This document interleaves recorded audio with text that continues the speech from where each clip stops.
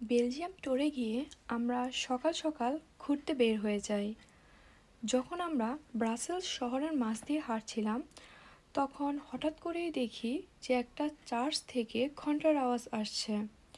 কারণ দিনটা ছিল রবিবার, আর রবিবার হচ্ছে খ্রিস্টানদের প্রার্থনার দিন হওয়ার কারণে সবগুলো চার্চ খোলা থাকে। তো আমি ভাবলাম আমি আজকে এই চার্চটায় যাব। আর আপনাদের অনেকের মনে এই প্রশ্নটা থাকে যে চার্চের ভেতরে আসলে কি থাকে, বা রবিবার দিন খ্রিস্টানরা কিভাবে তাদের এই প্রার্থনার ডেটা উপভোগ করে প্রার্থনার মাধ্যমে। তো সেই সব কিছু আমি আজকে আপনাদের সাথে শেয়ার করব। এটা হচ্ছে একটা রবিবার সকালের ভিডিও। তো ধর্মপ্রাণ খ্রিস্টান মানুষেরা রবিবার সকালে ঘুম থেকে উঠে ফ্রেশ হয়ে চার্চে চলে আসে। চার্চে আসার পর তারা জিজাস খ্রিস্টের যে স্ট্যাচুটা আছে তার সামনে দাঁড়িয়ে কি করে আমি ঠিক সেটা বলতে পারছি না, কারণ এটা হচ্ছে সম্পূর্ণই তাদের ধর্মের একটা আলাদা রিচুয়ালস।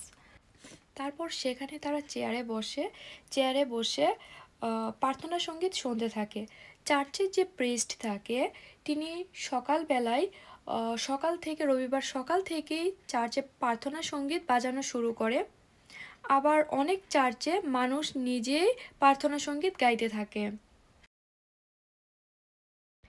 চার্চে ঢুকলে প্রথমেই দেখতে পাবেন একটি পাত্রে বা দুটি পাত্রে দুই পাশে পানি রাখা থাকে। তো এটাকে খ্রিস্টানরা হোলি ওয়াটার বলে মনে করে।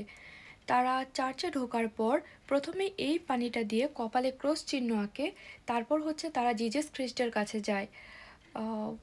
আমি ওখানে যতক্ষণ দাঁড়িয়ে থেকে যা যা দেখেছি তাই আপনাদের সাথে শেয়ার করছি। তো আপনারা পুরো ভিডিও তো দেখেছেন যে ওখানে কি কি থাকে। বাকি আজকে এই পর্যন্তই থাক। সবাই ভালো থাকবেন। Bye bye. নেক্সট ভিডিওতে আবার দেখা হবে।